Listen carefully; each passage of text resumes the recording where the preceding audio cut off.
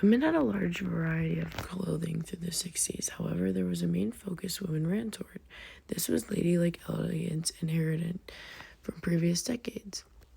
Fun, youthful designs and Eastern influenced hippie styles. The ladylike elegance was previously seen on the likes of the First Lady, Jacqueline Kennedy. This was in the early years of the 1960s. These elegant looks consisted of skirt suits and coordinating fashion pieces. Jacqueline inspired this style during her husband's presidential campaign and short-term presidency. Her influence allowed others to view the style of boxy skirt suits, an example being Givenchy. Many women of the 60s admired the look of a sheath, a lined dress, and luxurious coats. These outfits were mainly paired with accessories such as white gloves, pearls, and a matching hat. As the 60s went on, this particular look began to change. A new design was becoming clear. It was focused on younger audiences. This incorporated the Beatles in the miniskirt. The youth quake was led by the designer Mary Quant. Her simple yet electric designs appealed to the younger generation. Quant has contributed to the rise of the miniskirt and mini dress. In the late 1950s and early 1960s, the below-the-knee skirts were in. However, by the mid-60s and late 1960s, young women began to wear skirts that fell around the upper thigh. While the uprising of the miniskirt was happening, many designers began to focus on upgrades in material. Newly innovative materials such as acrylics, polyesters, and Chinese PVC were used to create various new looks. Many gravitated towards space-inspired designs in shades of white and silver. This inspiration came from Pierre Cardin and Andre Corgis.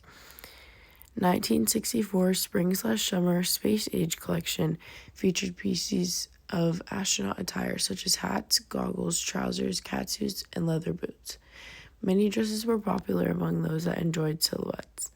This helped the 1960s fashion become more modernized and towards a more playful look. When 1969 hit, the full-length maxi skirt had emerged.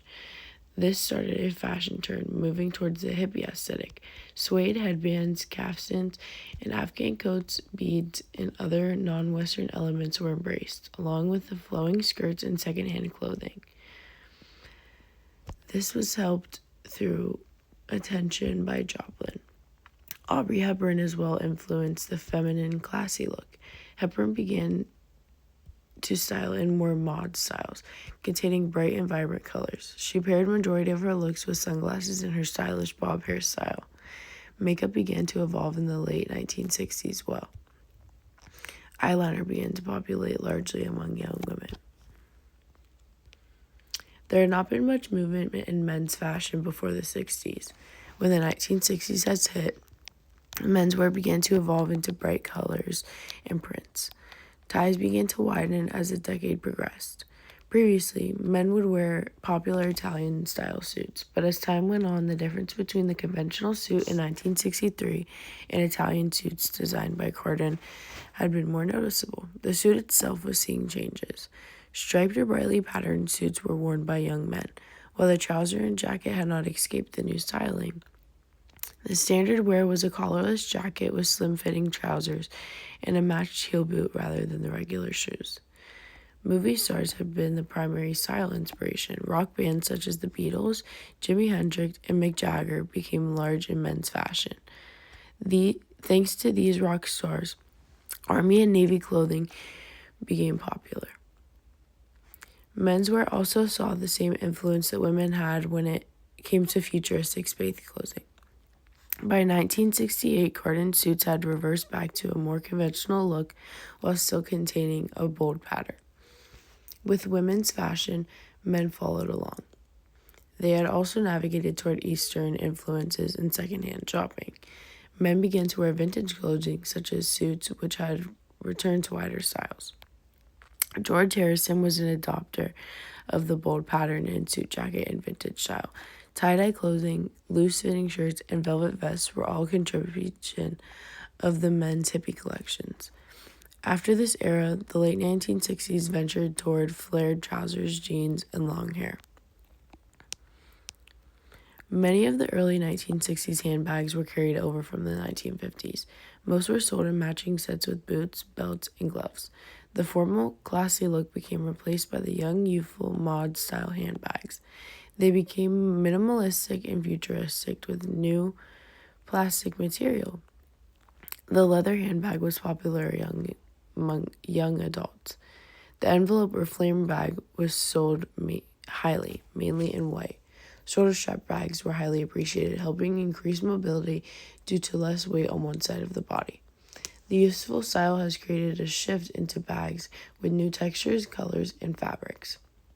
Raffia saw woven straw, linen, and tapestry fabrics were used. The stained glass fabrics influenced the mix of bright colors and geometric patterns. Tie-dye bags were paired with matching clothing among children in the 60s. The frame bag was made of patent leather with brass or gold clasps on the top, a short handle, keeping it classy. Between 1963 and 1965, reptile skin frame purses were highly popular. However, as the decade went on, this popularity began to dial down. The straw bag was both traditional and hip. Many would pair this bag to either dress up or dress down a look. Vinyl was used on a classic frame style bags and commonly on barrel pads, box bags, mini bags, and luggage. The 1960s was a decade of experimentation when it came to jewelry. Pieces ranged from extravagant and oversized minimalistic and geometric patterns. It could be a brightly colored plastic or resin, or for the classy option, elegant pearls and gold.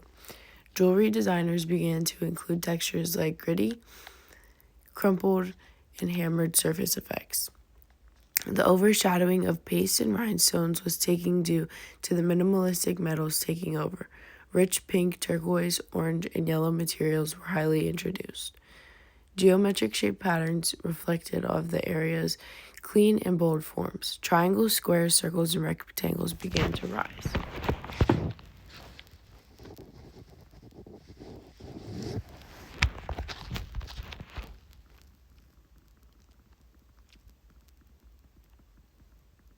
Statement pieces often contain metal accents such as earrings and necklaces. Bangles were embraced through bracelet stacks, having sleek bands and interconnected shapes. The 1960s jewelry was very diverse, contrasting from bright colors to elegant black and white. It created a sense of sophistication. This was shown through designs such as checkerboard, zebra stripes, and other funky patterns. Flower and floral patterns emerged as a trend in the 1960s. Floral patterns such as daisies, roses, and sunflowers allowed women to show off their femininity. Long earrings often dangled below the shoulders, adding a touch of drama and intricate floral work. Whether a woman's hair was curly, straight, or wavy, they had the same goal: volume and height. The beehive was the most popular updo amongst women in the 1960s. The hair was backcombed into a cone-like shape and then sprayed with hairspray to stay. Long styles were worn throughout the 60s. However, they gained popularity in the 1960s. Most with long hair wore middle-parted, curled ends and a half-up, half-down. As the hippie style look came in, so did bangs that fell beneath the eyebrows. Medium hair was often practiced, the rounded bouffant and curled bobs. To achieve the bouffant, many women set their hair in large rollers and then backcombed to create volume. To achieve a curled bob, women used large rollers to curl the ends.